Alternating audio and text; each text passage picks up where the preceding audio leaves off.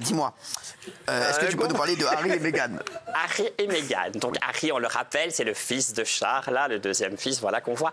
Et alors je pense que l'idée du jour, c'est problème au sein du couple. Y aurait-il de l'eau dans le gaz entre Harry et Meghan? Et en effet, on est en droit. Alors, dis la vérité.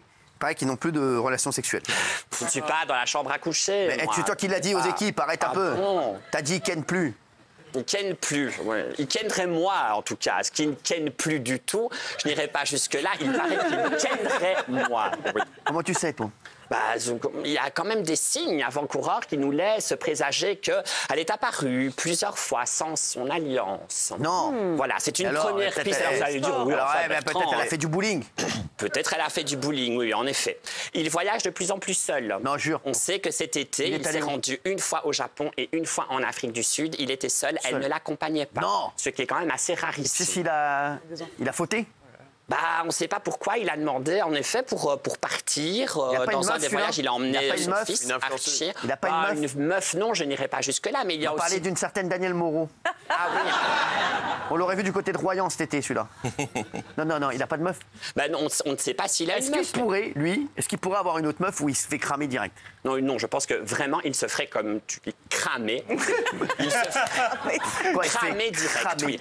Mais, puisque tu me donnes une très belle perche, merci, on dit aussi dans ce qu'on dit qu'il louerait à l'année, un genre de cottage. Quoi? Un genre de petit garçonnière. Une garçonnière, voilà. Dans un hôtel. Appelle un 4x4. Dans un hôtel très luxueux et où, en effet, il aurait besoin de son indépendance. Alors qu'on rappelle quand même que la fameuse villa privée de Montecito, qui a été achetée 15 millions de dollars en 2020, c'est énorme. Les chambres, elles sont par dizaines. Et il y a une maison d'invités, d'ailleurs, au sein de Montecito. C'est un peu ça qui nous a... Qui l'invite, celui-là? Qui l'invite? Alors, on ne sait pas s'il reçoit quelqu'un ou pas. C'est très difficile de dire ça. Il faudrait pouvoir en permanence contrôler qui rentre et qui sort. Donc ça, je ne suis pas en mesure de pouvoir donner cette info. Mais en tout cas, le fait que déjà, il aurait loué quelque chose, alors on ne sait pas vraiment si c'est à l'année, si c'est régulier ou pas, c'est quand même très interpellant. Et autre chose, alors là, vraiment plus interpellante, je trouve encore, c'est que, tu sais, il y a quelque chose qui est très important pour lui, c'est les Invictus Games. Vous savez, c'est ce qu'il a créé, c'est ce rendez-vous paralympique. Le parfum. C'est un rendez-vous où les handicapés, un rendez-vous un peu de JO pour handicapés. Ça lui tient vraiment à cœur. Ça a été créé sous Élisabeth II, avec Élisabeth II. Eh bien, cette grande réception, cette grande manifestation avait lieu le 9 septembre. Ouais. Et il sait très bien que les caméras du monde entier sont un peu là. C'est un peu le rendez-vous de l'année. J'ai l'impression que tu vas trop vite. Tu vas prendre Elle n'était pas là. Non, il était où? Il était seul à Düsseldorf. À Düsseldorf? C'était en Allemagne. Il n'est pas avec une Allemande, celui-ci? Birgit Strudel? Non, sans rigoler. C'est chelou. Qu'est-ce qu'il faisait à Düsseldorf? Qu'est-ce qu'il faisait là-bas? Donc voilà, il ouvrait les Invictus Games. Non, mais à Düsseldorf, qu'est-ce qu'il faisait? Les Invictus Games, cette année, se sont faits à Düsseldorf. L'année dernière, c'était Amsterdam. Vous savez, il voyage de pays en pays. Mais t'as dit qu'il n'était pas allé? Si, lui, mais pas elle. Lui, mais pas elle. Elle est arrivée 4 jours plus tard. Elle était où, elle, pendant elle gardait les enfants. Alors peut-être qu'elle gardait les enfants. Il y a deux nounous. Et peut-être que c'était pas avec un certain Raymond. Non, mais peut-être qu'il y avait un Raymond. C'est étonnant parce que j'imagine qu'elle a des nannies, des nounous. Absolument, c'est très étonnant. Et c'est vraiment la vraie info qui nous interpelle, nous, plus que le fait qu'elle porte pas son alliance. Dis la vérité, tu sais des choses, balance. Allez, vas-y. Mais que tu vois, c'est déjà pas mal quand même. Tu sais très bien ce qui se passe. Si tu dis qu'il y a de l'eau dans le gaz, c'est qu'il y a de l'eau dans le gaz. Eh ben, je t'avoue, allez, balançons tout. Et nous, on est... Allez, balance. On est alertés.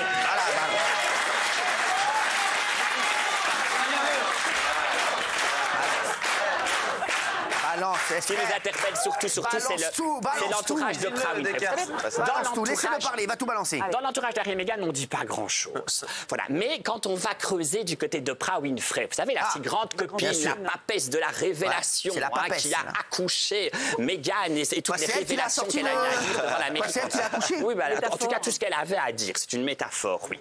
Eh bien, quand on creuse un peu dans l'entourage de Oprah Winfrey, elle est de la famille du Gaufret? Du Gaufret. Mais non, regarde, voilà, c'est elle. Oprah, non. C'est pas qui est. Oprah et Hugues, je pense, n'ont aucun lien de parenté, même si on remonte très très loin. Et tout ça pour dire que quand on creuse dans l'entourage d'Oprah, on apprend qu'il y a de plus en plus de tensions, en effet, entre Harry et Meghan. Et que, vous savez, en juin dernier, on a beaucoup parlé de cette poursuite dans les rues de New York en voiture, où ils auraient été poursuivis. Par des paparazzis. Ils auraient été poursuivis par des paparazzis, oui, en effet. Et là, il y a eu un clash énorme, raconte-t-on, dans l'entourage d'Oprah, où elle, Meghan, a dit à Harry, mais tu as fait de ma vie un bordel, un merdier. Je ne savais pas qu'épouser un prince me mettrait un jour dans une situation. Alors, le fait d'épouser le prince de... Eh bien voilà, et c'est ce qu'il lui a dit. Il lui a dit, mais ma petite chérie, tu le savais très bien dans la situation dans laquelle tu étais. Et personne ne t'a mis un fusil sur la tempe. Tu as accepté ce mariage. Attends, en train de me dire, ça parle de cacahuètes total. Total. Allez, balance tout, encore balance tout sur ma vie. C'est déjà pas mal. Donc, c'est surtout depuis le mois de juin, il y aurait eu un gros froid. Ah, qu'est-ce qu'il y a eu? Ce que j'ai raconté là. Ouais, donc elle lui a dit, mais elle en a ras le bol. J'en ai marre un peu de la vie que tu me fais mener. Et lui a répondu, mais tu savais très bien là où tu mettais les pieds. Arrête de te plaindre. Il peut divorcer, un prince, il peut divorcer. Il pourrait divorcer, oui, absolument. Déjà, un prince peut divorcer, mais il pourrait lui dire rentre chez toi. C'est vrai. Elle peut lui dire Rlette, on arrête. Bah oui, c'est plutôt elle qui lui dirait rentre chez toi. Elle veut plus? Non, je ne dis pas du tout qu'ils ne veulent plus. Honnêtement, Cyril, tu sais ce que je pense. Qu'est-ce que tu penses? Ils ne sont pas du tout au bord de la séparation. Arrête, un mytho, je le sais. Tu sais pourquoi? Harry a besoin de Elle me l'a dit au film. Et Meghan a besoin de Harry. Ensemble, ils ne forment plus. C'est le couple qui est bunkable. C'est le couple qui fait qu'on parle d'eux. Si, bien sûr que si, je t'assure. Harry est devenu un peu sexy parce qu'il y a Meghan. Meghan est devenue intéressante parce qu'il y a Harry. Mais si tu les dispatches, ce n'est pas plus du tout. Meghan, elle va rebondir, Meghan. Il reste par intérêt. Elle va rebondir. Meghan. Oui, mais pour moi, elle n'est pas prête à le jarter. Pas maintenant. Donc tu penses que c'est un mariage par intérêt, ce que tu es en train de dire? Non, je ne dis pas du tout. Est-ce qu'il y a eu de l'amour? Est-ce qu'il y a eu de l'amour? Non. Je pense qu'elle a vu Harry qui passait comme le dernier train, en somme. En se disant... Non, mais si. Alors vous savez très bien que je n'aime pas Meghan, mais si, je pense vraiment qu'elle a vu en tout cas l'intérêt. Mais je ne dis pas qu'elle n'en est pas amoureuse. Elle a compris en tout cas que les caméras du monde entier, enfin, allaient être posées sur elle. Qui adore ça. On rappelle quand même qu'elle était actrice. Vous ne devenez pas actrice lorsque vous n'aimez pas la lumière des médias. Bravo. Alors, on aurait vu Meghan, tu me dis si c'est faux, on l'aurait vu se balader avec un patch anti-stress.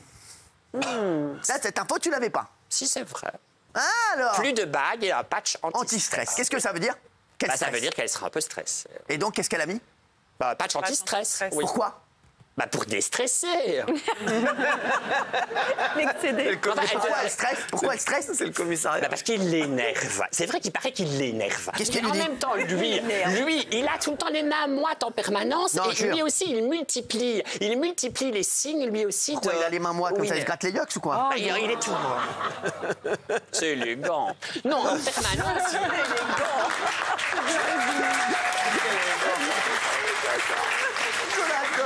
C'est élégant. Alors, qu'est-ce qu'il fait? Il est énervé, il est stressé. Et là, en effet, il y avait une grande réception mondaine qui avait lieu à Los Angeles lorsqu'ils sont rentrés enfin de Düsseldorf, chez Kevin Costner. Et il était pas bien du tout. Kevin Costner?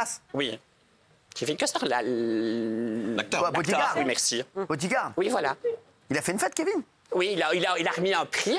Il a invité des amis à lui. Une réception très, très chic. Il y avait qui?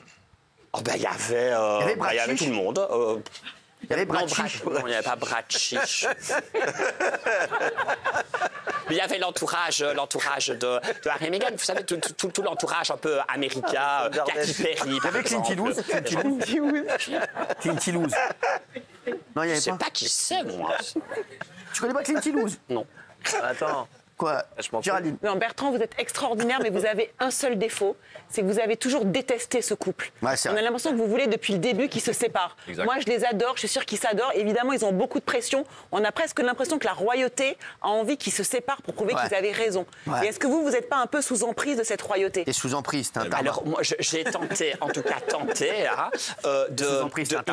d'apporter des faits. Donc, en effet, voilà la bague, en effet, le fait qu'elle est nerveuse, le fait qu'elle est sous patch, quand même, c'est quand même pas anodin, le fait qu'il se déplace, elle ne soit pas avec lui, ils ne voyagent plus ensemble. Maintenant, alors, pour revenir sur votre question...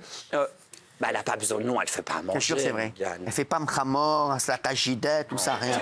C'est vrai qu'en tout cas, voilà, ceux qui supportent davantage le clan Windsor verraient en effet une erreur de parcours qui aurait été formulée par Harry, mais on ne souhaite pas sa séparation. Je suis le premier à dire qu'il renouvelle la monarchie. Harry et Meghan ne seraient pas là, je ne serais pas devant vous en train de vous parler de la famille royale. Elle aime les banatages. Les banatages. Merci Bertrand pour la réponse. Les banatages. Elle aime le macoud. Le McFood, c'est une spécialité tunisienne. Ah non, mais vous savez, mais pas du tout, non.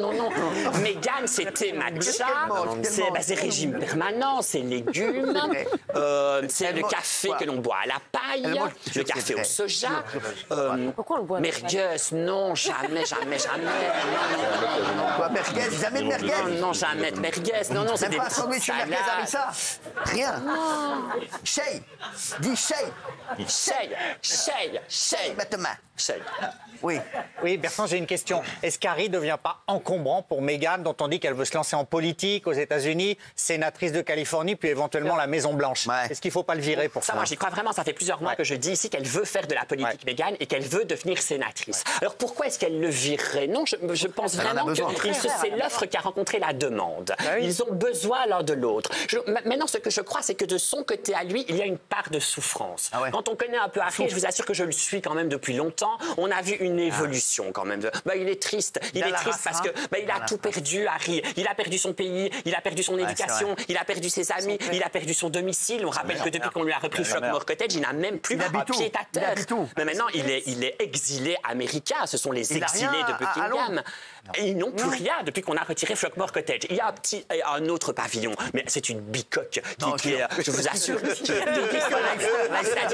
Elisabeth II, voilà, on balance. Et Elisabeth II, elle avait donné deux pavillons. Elle avait donné Frogmore Cottage et York Cottage. Alors il leur reste York Cottage, mais York Cottage, quand vous mettez les pieds à York Cottage, c'est un débarras en réalité, où tous les membres de la famille royale entreposent des vieux meubles horribles, du mobilier qu'ils ne veulent plus. C'est vrai qu'il a l'hôtel. Donc il reste encore plus ou moins ce petit pied-à-terre. C'est vrai qu'il est à l'hôtel. Ah oui, c'est... Où il a passé sous cote. Mais bravo. Il a passé sous cote. Alors ça, c'est excitant. Le 7 septembre, il était de retour à Londres parce qu'il devait, rendre un prix. Eh bien, il n'a pas pu être logé dans une des résidences de la couronne. Alors qu'il en a fait la demande à Clive Liverton. Tu sais, Clive, le copain Clive, le secrétaire du roi. Eh bien, le secrétaire du roi a répondu non. Voilà, vous faites votre demande trop tard, vous n'avez pas la jouissance d'une propriété de la couronne, alors que le parc des Windsor, quand même, est incroyable. Et tu as raison, excuse-moi, je suis un peu long, il a dû dormir à l'hôtel. Comment je sais tout? Bravo. Voilà, bravo. On se retrouve dans un instant, les chéris. À tout de suite. C'est un monstre.